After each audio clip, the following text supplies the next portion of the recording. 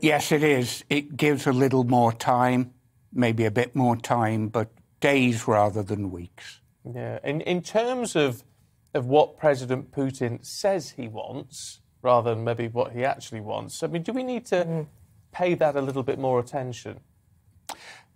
How long is a piece of string? Certainly, for many years now, and this is particularly strong in Putin's circle because of their age, what their experiences in the 80s and 90s, the West did not treat Russia with respect in the 90s.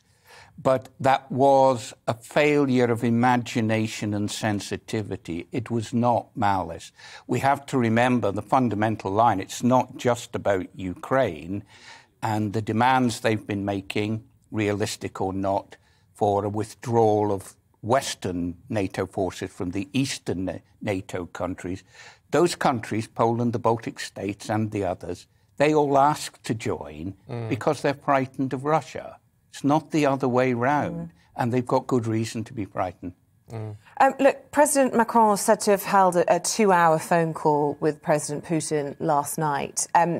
Clearly, there is lots to discuss between the West and Russia. What do you think will have been discussed? And, what more is there to discuss? I mean, obviously, the threat of sanctions being heavily waved over the Russians. And do you think that is the only thing that will really prevent this from tipping over into war, do you think? To be honest, I think yes. The depth of the sanctions and the building up of more information to make those more effective than they would be, and of course how effective is a very moot point, that wins time for us to get ready. It is very noticeable that the Western counter-disinformation campaign seems to be getting pretty effective. The Bellingcat organisation, which remember called out Russia on MH17, the Malaysian airliner, has been very active almost in the last few hours, and that is continuing now. And those... Saying what?